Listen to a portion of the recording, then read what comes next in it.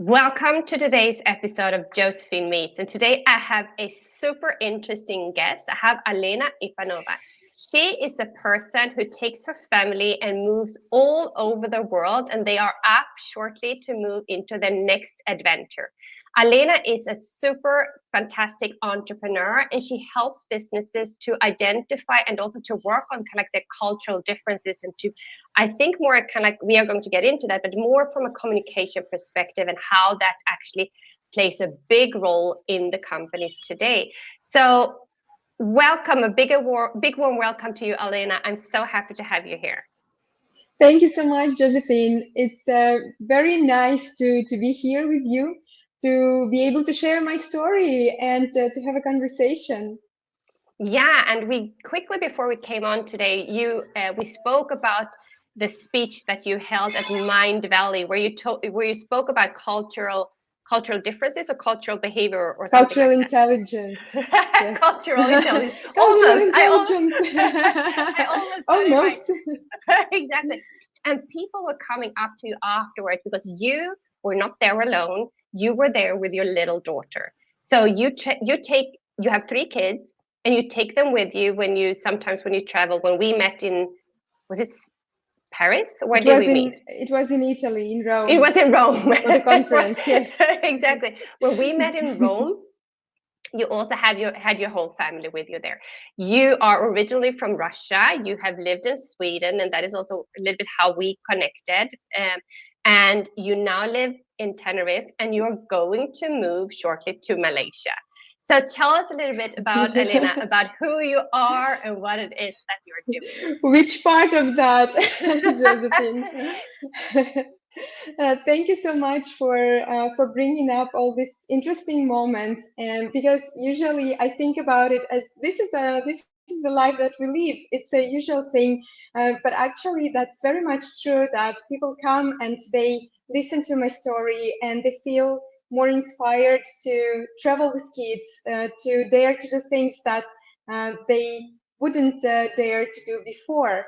And so just briefly sharing about what I do. I'm an intercultural trainer and coach, or cultural intelligence trainer, and I help I help academia to develop cultural intelligence as the ability to relate to work together with people who think and behave differently. So basically, bringing differences to synergy. So focusing on creating more synergy, regardless whether it's corporate sector, whether it's academia, or just for individuals.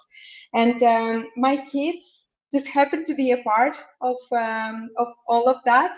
And this is my intention as well, to show them what I do, to be an example, and to show that life is not about 9 to 5. You can create something that you really want to leave, and something that can create value not only for you but for people around you. So this Yeah. is what drives me. Yeah, and I asked you also before we started. I said, and I did kind of like these little bit like I don't know what they're called, but in is like, have you ever had a proper job? And you were like, what do you mean? What do you mean? Are you talking about in corporate? And because what I hear is because people are so afraid of leaving their jobs because they're thinking, what else could I do? And my mom, for example, she sometimes she tells me, I have no clue. I don't understand what it is that you're doing. Before I was in banking, and then before that I was an accountant and an auditor. And that's easy, very easy, especially for other generations to understand what it is that we're doing. And I said, well, she doesn't really need to understand what I'm doing, but people who then are kind of thinking of leaving their little bit like falsely thought safe environments to move into entrepreneurship, I think they can be really inspired by someone like you who have actually, well, you did have a corporate job. So it's way A back. proper job. A proper job way back. And then you started as a contractor and you took on different projects and you moved to different countries. So tell us a little bit about your journey. How did you end up? Because I also think entrepreneurship is also about like seeing and grabbing opportunities and to kind of like being constant change. So can you a little bit tell us about your journey from when you don't need to go all the way back, but a little bit how has your journey been to become to where you are today? Well, thank you. It's a beautiful question. And, Josephine, actually, I didn't have an intention to be an entrepreneur. It just happened. And I think it happened because I dared to follow my inner passion and inner drive, despite all the conditioning, because I grew up in a very conservative culture where there are sort of jobs that are established and good to have. And then when you say I'm an economist or I'm a lawyer, so this is something that signifies your importance and that you studied and now you work and you have this proper job. And you have to be happy sort of about that. But for me, it was always important to do something exciting. And that was my core, sort of look for the opportunities, look for new experiences, for new meetings. And I've been always curious about things that were unfamiliar to me. And I think this curiosity and this passion brought me to explore different cultures, to try different things, to learn different subjects such as coaching, training, such as psychology and communication. So this type of curiosity is something that I should thank for where I am now. And it created lots of experiences for me, like working abroad and living in different countries every month before I got 3 kids. But then when I got kids, again, challenging the paradigm. Usually people say, okay, when you have kids, then your life evolves around them. And only after that, you can focus on yourself. But for me, that was not an option. I always felt like I want to show the world to my kids. I want them to experience cultures. And since I got my first daughter, this is how we were spending time. And I'm very happy that my husband is on board with that. So we've been living in different places, and I can see how it impacts positively my kids, how more open they are. So this is my contribution also to the future generation in terms of being more open-minded and meeting different people with open heart, open mind. Yeah, you're giving them a possibility to. You said when you decided now to, or you thought about moving to a different country, you kind of like checked with your kids whether they would be okay with that. And you said we got the approval to actually move on.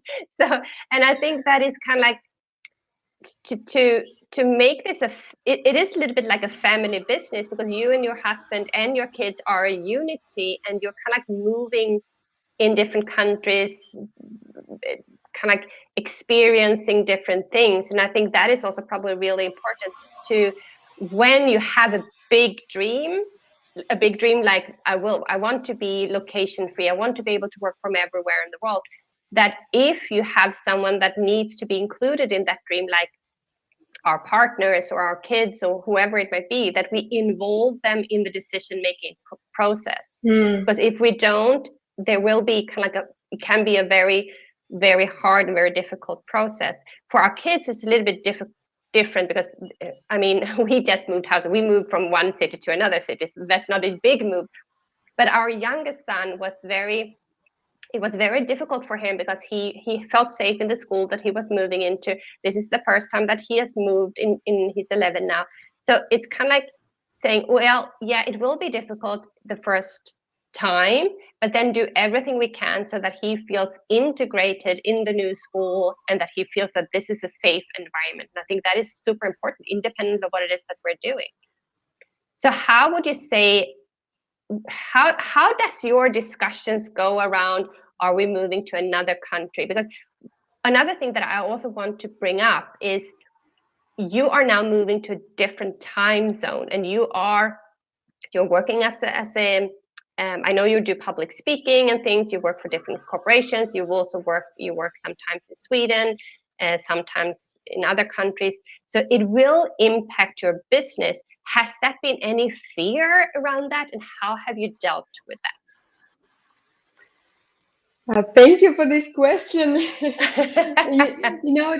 To actually to touch upon the decision making, I think it's going to be a different process, because your example is also very inspirational, and you have teenage kids, and Mhm. my kids. Not to say they don't have much to say, but they are relatively small. The eldest is 7 years old, and she grew up in moving around, Mm. and for her this is the life that she enjoys.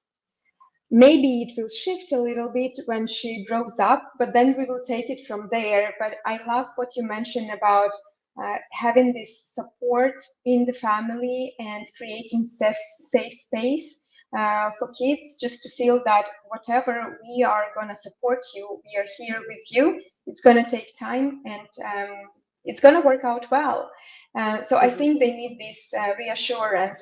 And with moving time zones in terms of business, I had different thoughts, and mostly they were about, it's more of excitement, and sometimes I call it nervous excitement, when you feel like a little bit like, how it's gonna go, and then it's still more on a positive note, because I also realized that I need to wrap up a couple of partnerships that I have here, because it's not gonna be very productive Mhm. when I live in a different time zone.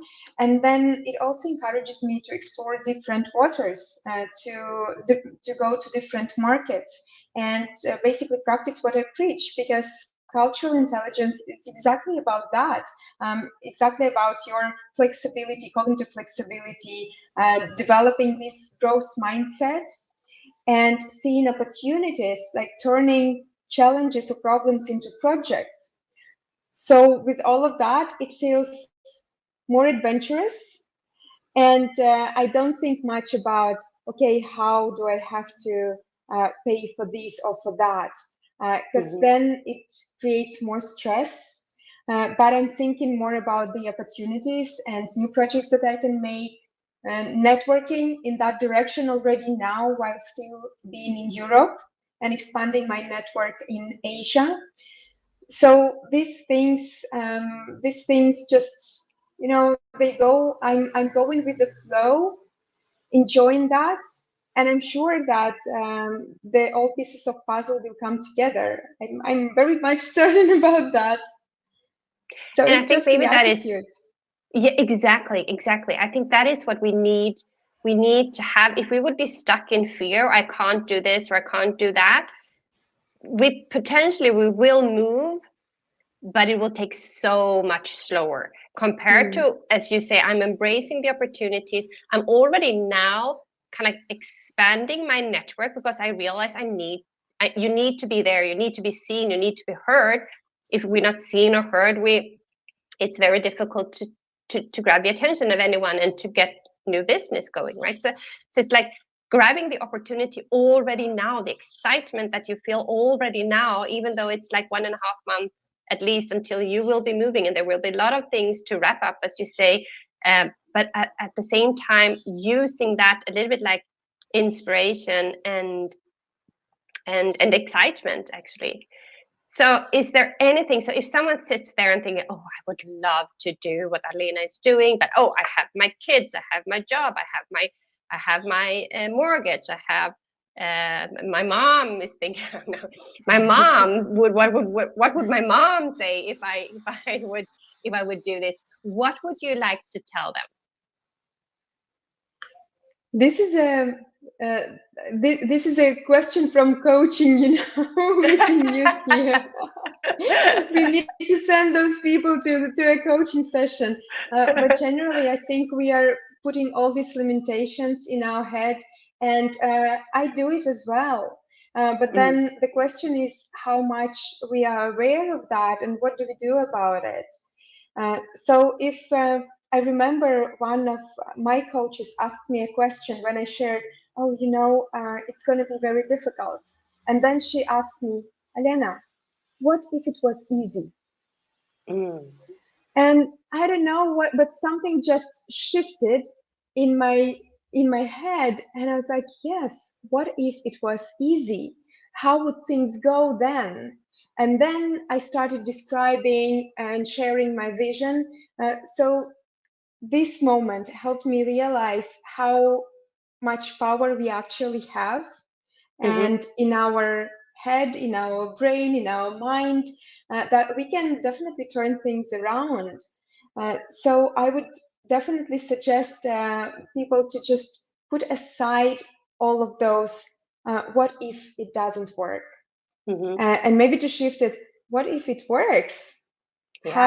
How it's gonna be, and just embrace this excitement. So basically work more with mindset and attitude, and ask the coach for help, if they really want to do something, want to accomplish something, but there are those blocks that just don't allow them to move with the speed, and how they would like to, ideally. Yeah. And Exactly, because we're so stuck. We're often so stuck in our own thought pattern that we don't even realize it. And if you know, when I was back in corporate, if someone would have said, if I would have brought kind of like, we have our mortgage, I get my monthly salary, whatever, and they would have said, well, it's just your limiting beliefs. I wouldn't have understood that language. So I wouldn't have, because I wasn't yet I wasn't a coach back then, right? So I didn't understand that language.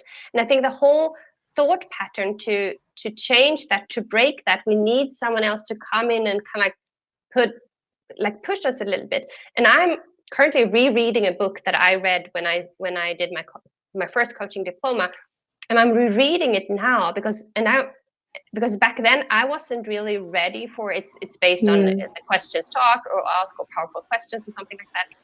And I'm rereading it now, and now it makes so much more sense because now I'm further down in my coaching journey myself. So it's like, maybe go back to reread some of those things, or listen to songs again that you might have heard and hear a different meaning, understand these things differently, go to a conference, be inspired by others, listen to podcasts, watch YouTube videos, talk to Alena, for example. Connect with you, connect with us, because I think that is also what gives some inspiration, that if you can do it, you have 3 kids, I have 2 kids, if we can do it, everyone can do it. And I also know that you are a very sought after public speaker. And there are a lot of people who are so afraid of standing on a stage, talking to people. Is that something you have always been open to doing, or did you have some kind of fear before you started doing it? I started with singing actually when I was a teenager, and Britney Spears was popular. So that was something that all the girls in my surrounding were doing. So we were performing, and I think that was the start of how I discovered this passion to actually be with people, share something, exchange, listen to others, but also being on the stage, which and still I feel a little bit nervous and excited, which is a great sign, because then when you start feeling too comfortable, for me, it means that, okay, you have to do something differently, because if you are too comfortable, you're not growing. You have to create this a little bit of itchy feeling inside. And I'm definitely enjoying doing that and sharing in front of people, and also having kids with me, because then it helps them, first of all, see and maybe better understand what mom is doing, because it's very difficult for them to grasp, at least at the moment. But then as they grow up, I think they will realize more that we are creating the life that we want to live. We are creating the job that we want to have. Or it's not that we leave to work. We live a life at work. Yeah. So this is something that, like sharing for the kids and being there for the kids, is something that inspires me also. Even if they are not there in the room, still thinking about them helps a lot.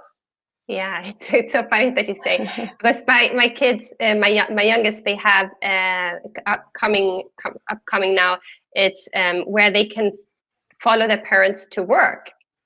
And in Switzerland, many parents are maybe bankers, or they are doctors, or whatever they are. And then his new teacher asked him, so what is it that your daddy does? And Pascal he's also an entrepreneur, works mostly from home. And she was like, I don't know, he's at home. She was like, well, you can't be there with him at home. So I think maybe also, the whole society needs to change the look of what is a job, or what is a lifestyle. And I think everyone who has an iPhone, it doesn't need to be an iPhone, but a smartphone or anything, can actually start creating the life that they want to live. They can start posting on social media, or they can start going live. If they like TikTok, they can just talk to people. So I think the very first hurdle to actually overcome is to realize that if I want to do this, and that's something that I needed to do, because I was so afraid of social media. I had been kind of brainwashed with all of this information that if you post something on social media, it will be forever there, it will never go away. But it's not as if I'm posting nude pictures, or pictures of if I would have drunk too much or anything, which I don't, obviously, but it's not as if I do that. So what is it to be afraid of? Well, then you have the trolls that you could be afraid, and there will always be haters out there. But most of the people, like 99.9% of the people, are really good people.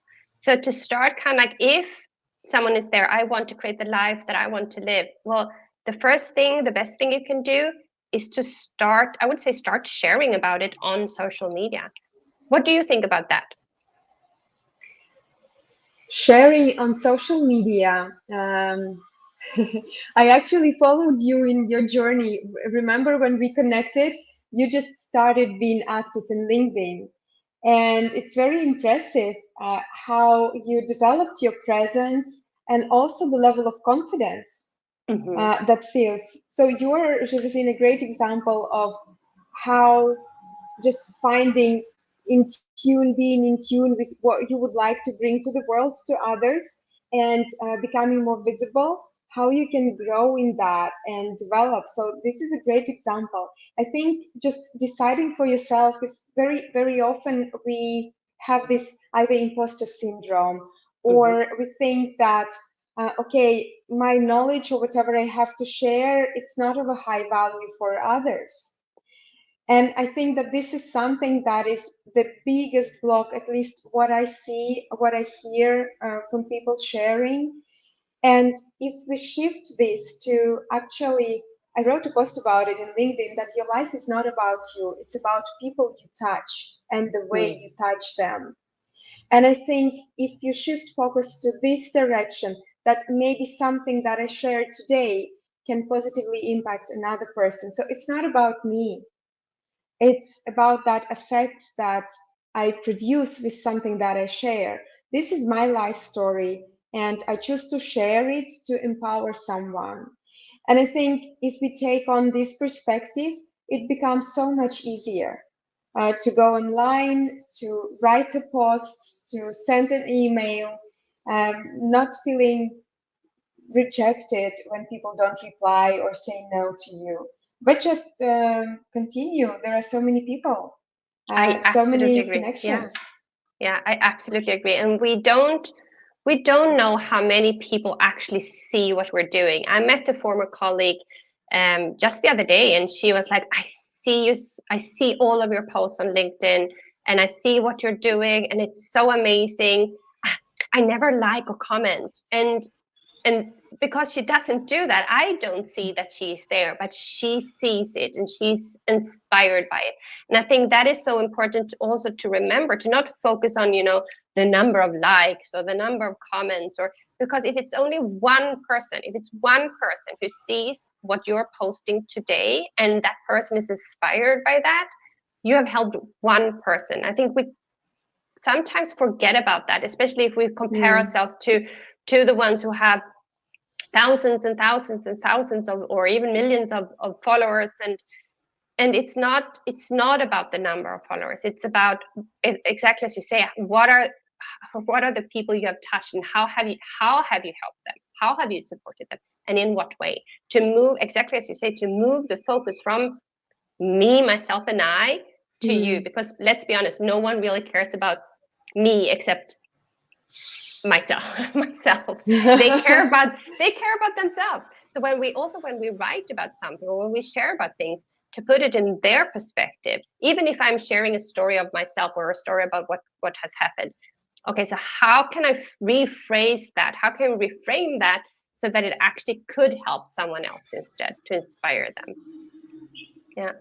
Yeah, exactly. I think this is a very, very valuable takeaway, just to have it with you all the time, because I also catch myself sometimes on going into, that rabbit hole that, okay, but does it matter for someone? Should I share that? And then, of course, yes, you do share and you have conversations. And I'm talking about LinkedIn now, because these days this is the platform that we are using for business, for personal brand. And then, of course, it's not about the amount of likes or the amount of connections that you have. It's about the quality of conversations that you have, the quality of discussions that you have, and the support that you provide to others with whom you resonate and you feel inspired by, and so on. So it's a beautiful community to actually nurture those connections beside all the numbers. So numbers don't matter much here, I would say, in my perspective at least. And also, if we look at what's going to happen for you next, now that you're moving to Asia, since we already connected on LinkedIn, since we already have a relationship, you and I, we will stay connected. It's to use that kind of, the world is open when we're leveraging that connection that we can actually create. So when you are on social media, make sure that you really connect with people in a maybe authentic is a little bit overused currently, because what does it really mean? But kind of, it means with no kind of, no, how do you say it? Like, no, I can't even remember the word, but not like in a mean way, but in an open way. And as you said before, also being curious about the other people and really connect with other people. So I'd like to wrap this up, actually, Alena, and I'm super, super grateful for you being a guest here today. And I think we have covered a lot of things, and I hope that we get to inspire at least one or two or maybe three people with what we discussed today. So is there anything that you would like to add before we close? I just want to repeat about curiosity. Just stay curious, develop your curiosity, and also try to look at things from different perspectives, like shifting the focus from how you actually, whatever you do, how it impacts others, what is the positive effect that it creates for others. And I think it just, life becomes sunnier and more cheerful when you actually see the effect of what you do. So just stay curious and positive. Absolutely agree. And how I will add so that people can connect with you underneath this video, but how can people best connect with you, Alena?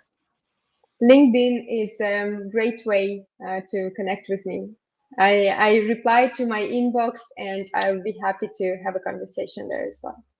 So connect with Alena Ipanova on LinkedIn and start a conversation with her, and you will get to know the most amazing person and a friend for life. So thank you so much, Alena, for being here today. Thank you so much, Josephine. It was a pleasure talking to you. Thank you. Bye. Bye-bye.